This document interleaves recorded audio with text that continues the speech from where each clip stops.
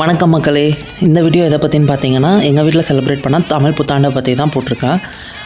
இந்த சித்திரை ஒன்று தமிழ் புத்தாண்டு எப்படி ஸ்டார்ட் ஆச்சுன்னு பார்த்தீங்கன்னா, விடியற் காலையில் எழுந்த உடனே கண்ணாடி பின்பத்தில் முக்கணிகளான மா, பலா, வாழை அது எல்லாத்தையும் கண்ணாடி பின்பத்தில் பார்த்து இந்த டேவை ஸ்டார்ட் பண்ணியிருக்கோம், இந்த இயரை ஸ்டார்ட் பண்ணியிருக்கோம்.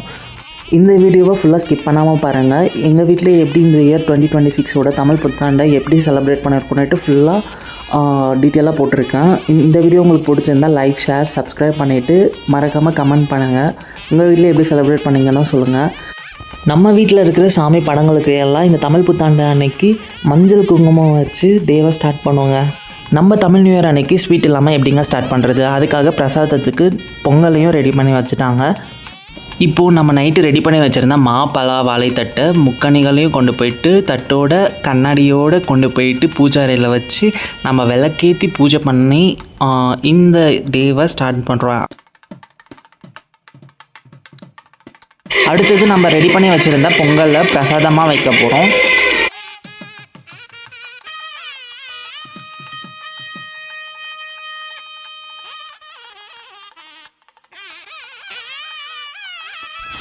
இப்போது தூப ஆராதனை பண்ணி வழிபட்டு எங்களோட இயரை ஸ்டார்டிங்காக இப்படி தாங்க செலிப்ரேட் பண்ணுவோம். உங்களோட இயர் ஸ்டார்டிங் நல்லபடியாக செலிப்ரேட் பண்ணிங்களா சொல்லுங்கள். மறக்காமல் கமெண்ட் பண்ணுங்கள். இந்த வீடியோ உங்களுக்கு பிடிச்சிருந்தா மறக்காமல் லைக் அண்ட் சப்ஸ்கிரைப் பண்ணிக்கோங்க. இது போல் ஃபுல் வீடியோ உங்களுக்கு டெய்லி அப்டேட்டாக வரும். தேங்க்யூ.